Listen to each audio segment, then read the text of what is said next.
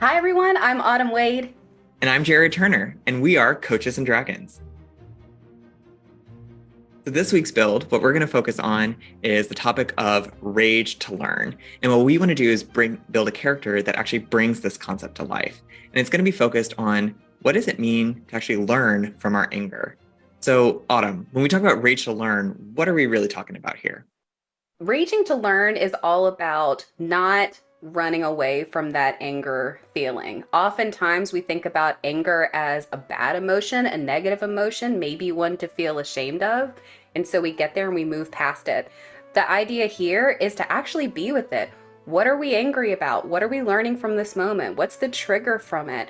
There's actually something of value being in with that emotion, with that feeling. And so that's what we want here. Let's tap into that anger, rage a little bit, learn from it, and go. Like the iconic version of that is like a barbarian's rage, right? Mm-hmm. It is the like, I'm going to get mad and I'm going to smash stuff. But when you actually do like research into anger and anger as an emotion, there's a lot of extra layers to it. There's different reasons why anger shows up. It's just that sometimes we just don't have the emotional range or even the language to be able to articulate what's really going on. And so we kind of stay in this reactive space. Gives us a lot of advantages in the moment if you're one of those rage-induced barbarians. But I think what we really want to explore is, okay, we can take a character that is definitely angry, but how do we build nuance, richness that helps that character grow over time, but also teaches us something about the emotions that we experience and how we express them in the world. And I think when we think about rage to learn more broadly, that's really the intent. How do we overall learn from our emotions, even if like the first presentation of them happens to be anger? You've said something really beautiful before about this idea of like anger in the moment can be beautiful. You can start with that, but you don't want to be fueled by that. Mm. That always sticks with me. Anger is a great starter, not a great fuel. And so it's really good to go after something, right? Be like, oh, I'm angry. I want to go do something. And I think this comes a lot in social justice movements. The anger is a great start to say, this is wrong and we need to do something about it. But to kind of continue to be fueled by anger makes it really hard to sustain, makes it really easy to fall into burnout. And you need a different source of energy to replenish, right? And that, I think, actually, to your point, is that growth journey in Rage to Learn, right? Anger being the spark and this longer learning journey as kind of a connection to it that helps us change the world for the better, which what hero doesn't want that? Every time we do one of these character builds, we always have a kind of set of goals in mind. And so when we think about creating a really unique character to help us embody this rage to learn principle, help us in our real life situations, what are some of the goals for this build that you and I have talked about? Well, the first one, which was a really big one, is having a variety of triggers. This needs to be a character who can get mad and rage for a lot of different reasons.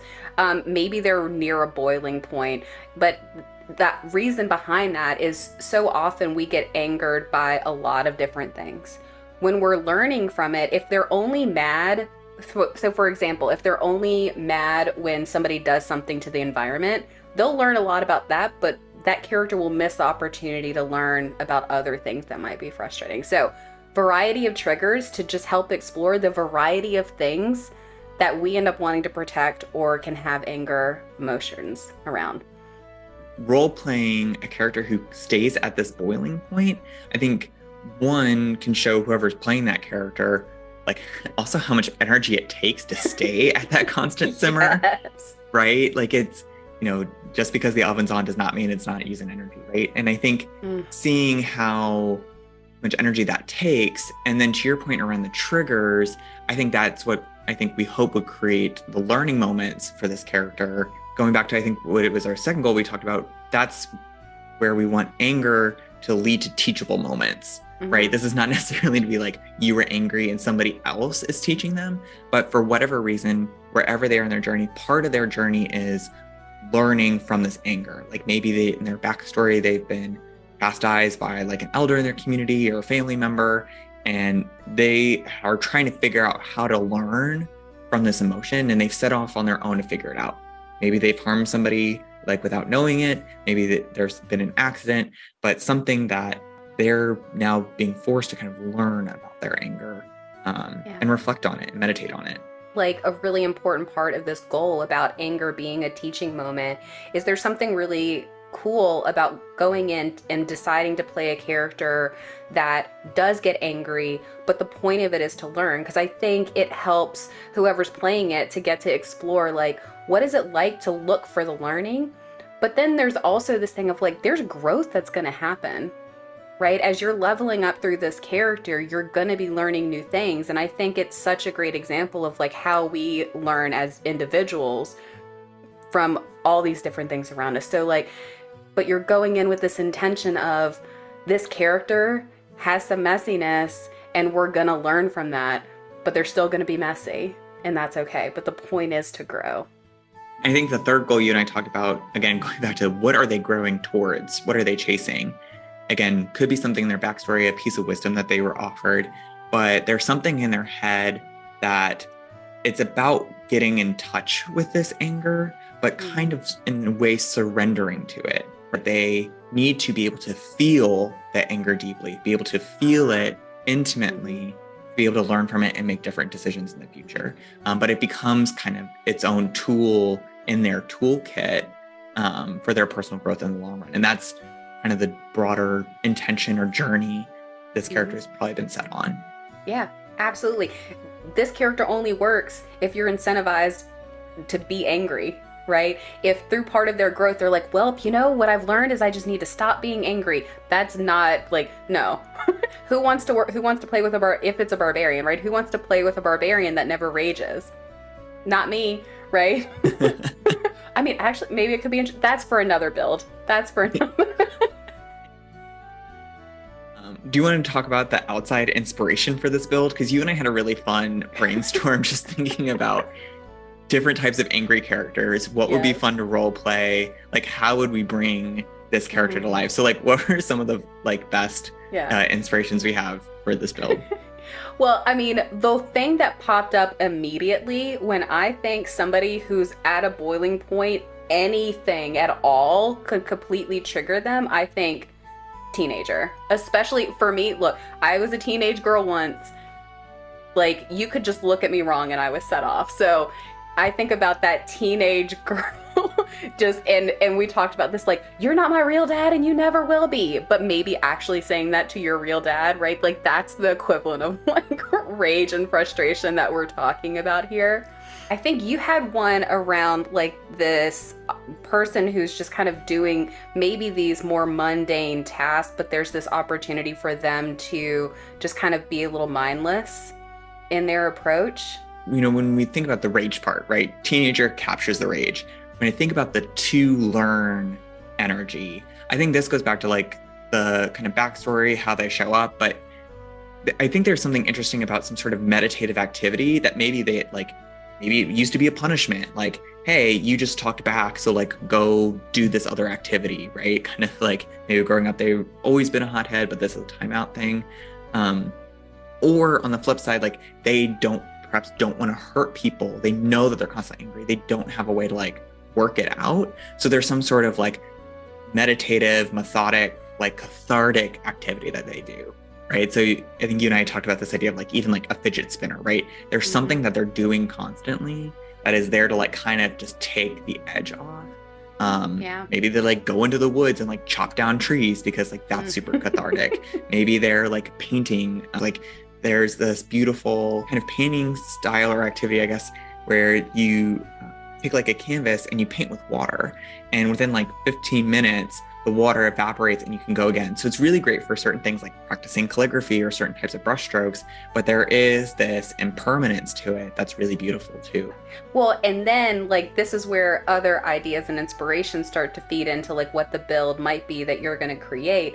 Is this like, as soon as I'm imagining this person creating this art and it evaporating, like it gives me spellcaster vibes, right? I'm imagining this like, when I imagine things evaporating, I'm imagining these like things that turn into something. I don't know what it does, but it gives me this like, it feels like there's some magic here, which could be really interesting. You and I also came up with some character rules of things in a category that we're saying yes to and things that we are saying no to or trying to avoid as we're going through and making decisions about what features that they take, the class, spells that they might take, those types of things. So let's dive into the character rules. So what are we saying yes to, mutually agreed upon? Well, I mean, there was literal discussion about whether or not we were going to do a barbarian. There could be some really clever things to do without it, but at the end of the day, we're talking about rage. We got to go barbarian, so we're saying yes to barbarian. There was something really exciting about thinking about this being magical, especially again, like that visual you did of like that painting with water and having it evaporate. Just was like, I feel like there's a magic thing here that I really want. And then the other piece is like to learn. A lot of times barbarians have, lower intelligence, maybe even lower wisdom. They're there to get up front, and that strength is strong. But it felt like we really needed wisdom to be top three in their stats. So yes to barbarian, yes to magic, and yes to high priority wisdom. Yeah. And you and I had a really interesting conversation about like why wisdom, because when we think about learning, we often think about intelligence, and wisdom, again, is kind of that ability to see the difference. And I think with the barbarian class, it actually like leans naturally into like some of their features that rely on wisdom, but it's just more in this like nature, wilderness perception, and less in this like emotional intuition, emotional intelligence place. Mm-hmm. So I think that makes a lot of sense. I think the things that we're saying no to, because we're saying yes to all these other things, no to dumb as rocks, right? There needs to be some sort of like presence of mind. We don't necessarily want like a Drax from Guardians of the Galaxy, like, I'm just here to smash stuff. And I think going back into the role play and the character choices we're making, thinking about ways to where like aggression at 100% is not their go-to strategy. And going back to this angry teenager you and I had talked about, instead of going like charging in, being 100% angry all the time, it's almost like running so hot that they're cold. So they might be more aloof, they might be more standoffish, they might be like more like disengaged until, all right, it's ready to go in and do something, right?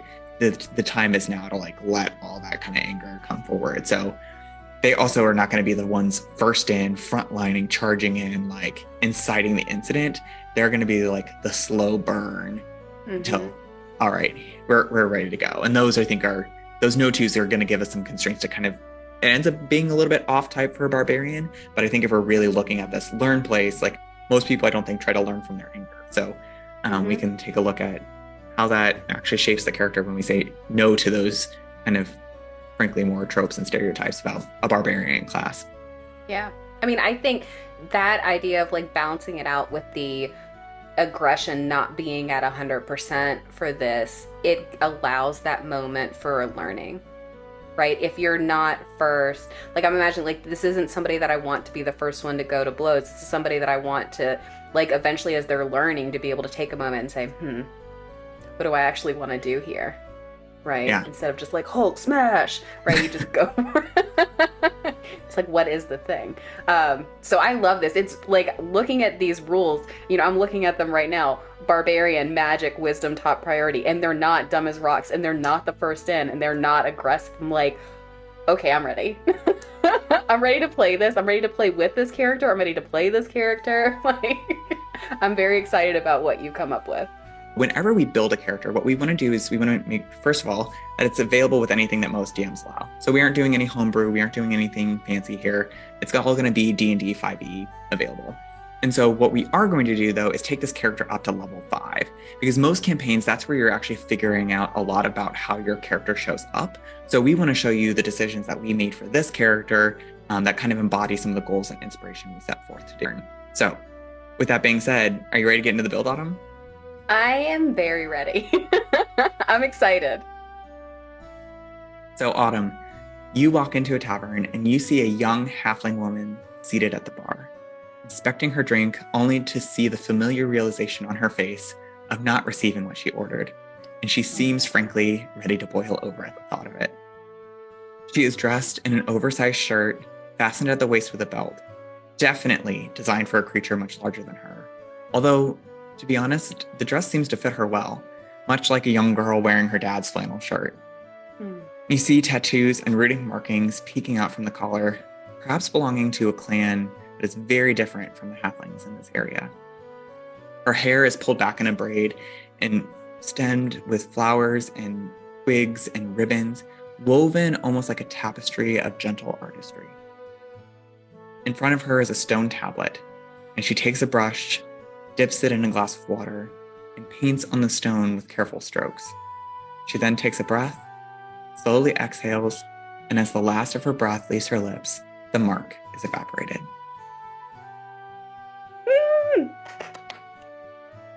Love it.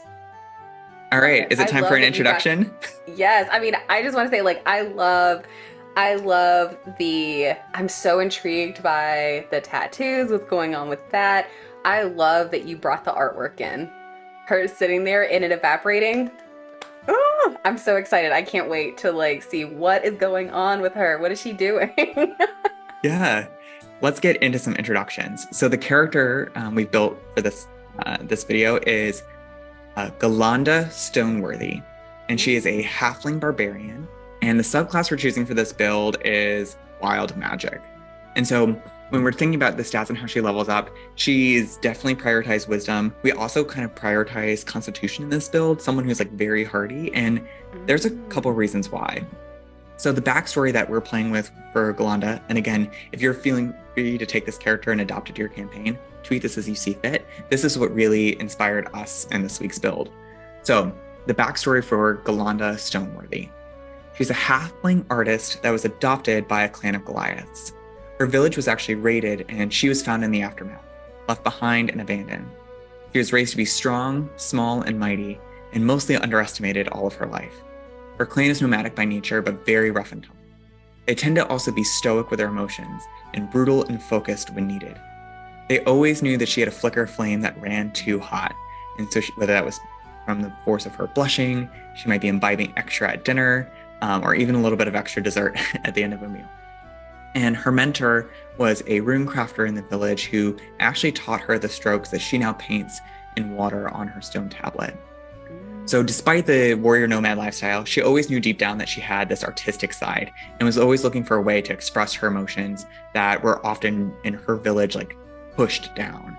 And so she would sneak into the woods to create small sculptures and play with the wild nature around her. But then one day, during her travels, she met a kind halfling bard and felt for the first time that someone understood her artistic side. But like ships in the night, her troop and her clan parted ways, but Galanda could not forget the bard or the magic he showed her. She wanted her emotions to have the same magic as his, so she set out on her own, either to find him or find the magic within her. A couple things that I wanted to really incorporate in this character is that Galanda is not familiar with halfling culture at all. And in fact, if she hears those expectations or feels those put on her, that's where she might even shout, "You aren't my real dads," because she was raised by the Goliaths and she knows that culture. She wants to fit in with the bigger, larger folks that remind her of her home. And so she knows that she might literally have to fight for a seat at the table, especially if the table's too big. And it's a fight that she's used to like all of her life. And so with the subclass in particular for Barbarian, I wanted to dip into the Wild Magic subclass. So you don't get your Barbarian subclass until level 3. But what I thought was really interesting with her story and how she relates to her anger and her emotions is that Wild Magic creates that magical effervescence quality that you and I talked about. It also tends to create some stakes, right? So there's different effects that occur at random whenever she opts in to use her rage ability. And that can manifest so many different ways. There's a lot of randomness. There's a lack of control there, which I thought, again, embodied this kind of rage energy of trying to get in touch with your emotions. And in some ways, you might actually be able to use that magic to help others at later levels. And so I think what the last thing that Wild Magic does really well as a role-playing opportunity is, say she's in combat, she opts in to use her rage, some magical effect happens. She has no idea which effect is going to occur, but that could create a really great learning opportunity after the fact to be like, oh, did a fireball just happen here? Like, was I so upset that I like caused harm in this huge area around me? And that could be a debrief moment. And it could be a way to engage with the party, say, hey, I'm really sorry. I let the anger get the best of me. or it's a way for her to kind of reflect and study her own emotions to say, ooh, when I'm feeling like I'm missing home and I'm really angry about that and frustrated about that, this might be what occurs. So there could be this way that she's trying to use her emotions almost like a GPS or compass to figure out why these wild magic effects are occurring. But her desire and feeling that this magic within her starts from level 1 after she has this like relationship with a bard that ignites this kind of passion within her. So that's kind of the core of the build, the backstory, and kind of the adventure hook, or a sample adventure hook for Galanda to go on her quest and meet you in the tavern. I love that. I love the wild magic piece. That is like, feels like such a critical part of this learning. Like, that's the reason, because I think there's this thing of like, why would this character learn? What's in it for them? And absolutely, yeah, if you got angry and all of a sudden launched a fireball at your entire party, yeah, not that great of a situation. And I'm imagining too, like, what would it be like to play with this character in the party? And it's like one of those where, oh, if we're going into initiative, or if, oh, I know this type of thing super pisses off Galinda, it's kind of like, all right, guys, you need to like stand back because who knows what's going to happen when she gets mad. So kind of like, you know, that friend where it's like, look, okay, you're going to meet this friend and you're going to really like them, but I just need to tell you this one thing, right? If they get cold eggs, they're gonna be really upset about it and they're gonna send it back. I just need you to know. Yeah. So it's like, she's a person that comes with a disclaimer.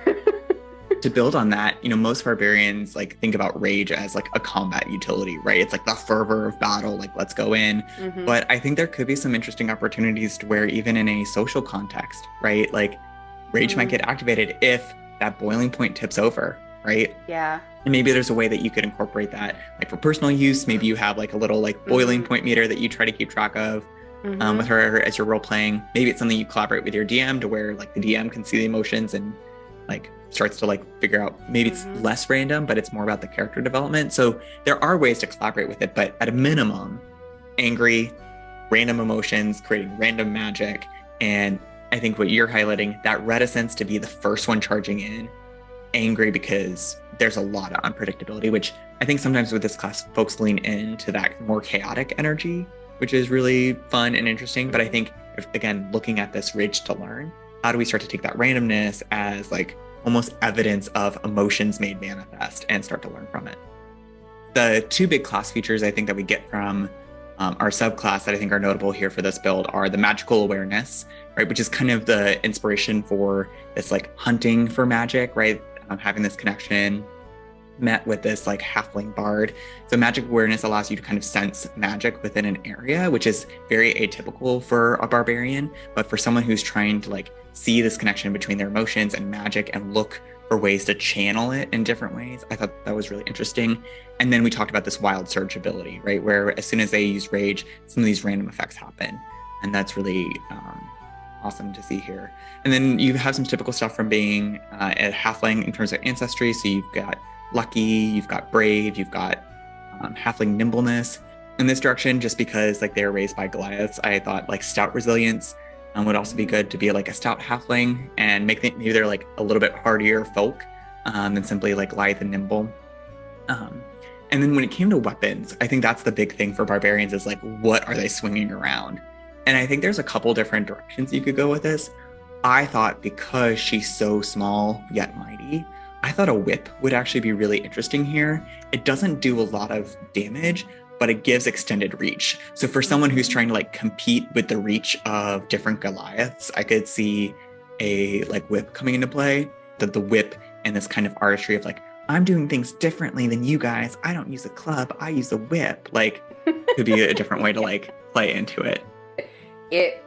I can see her utilizing like a whip and dire whip and other stuff to just move around and gain that height. I love it. I love the idea of giving her that reach and that I think it can make her tall. It can make her big and painful. Yeah. I mean, I could very much see her like trying to get someone's attention who's like way taller than her and like slapping them with the whip on the shoulder, being like, hey buddy, back to feats. So I took this to level 5. I chose not to take a feat at level 4 or do anything at level 1. terms of like the ancestry and stuff. But like looking ahead, I think tough would make a lot of sense here for this character, right? To embody that kind of Goliath upbringing. She's just like a little bit stronger, tougher than folks. It's why I focus a little bit more on constitution than I might usually, instead of like strength, right? Trying to play into this like halfling size relative. Bountiful Luck is a great halfling ability, right? Again, going back to like, you could play up this fact that she was the only one that was found, in once this village was raided, and play up that kind of luck and wild magic kind of coming up. And then finally, like, if she ever did meet this bard, like Dream Feat would be the magic initiate feat. And she could pick up like a couple bard spells and bard tricks, I think, through that feat. And so it would be kind of like a bummer because maybe she's not the most charismatic, but I could very much see like her learning from somebody else on how to use magic that's like her own, that she can control. And that would be like a great start of her journey. Anything else about the build or the key features that you want to highlight? No, I think that's the most of it. I think the goals here were to really stay true to the inspiration. And I think the Barbarians of Plus, I think that's what kind of inspired some of the Goliath backstory too, right? This like small but mighty, like she has a chip on her shoulder and there's a reason. She's like, I think going back to why is she different and why is she being forced to learn from her anger? It's because I think her anger in this moment in her journey is what set her apart from her peers, right? From a group of folks that were really tough with emotions and like bottled them up really well. She's not going to be that person. She's always hot, that little flame, and is looking for a different way to express emotions. And maybe art and the path of the barbarian is the way. I love it. I mean, I think this is such a good character to go in and play with and explore anger and rage. I feel like this is great if there's anybody who is incredibly uncomfortable being angry. This is a great character to role play. Yeah. I could imagine there being people who are really uncomfortable with conflict. That, ooh, man, having to go in and role play this, like, that'll give you some experience. Final thoughts, wishes before we wrap up? I mean, I wish that we were ending this video and immediately going to play this right now. But no, I mean, I love this. I'm so excited. Galinda is amazing. And I think, yeah, this is so perfect for what we were looking for. That wild magic thing, this is why you're amazing, Jared. It's really good.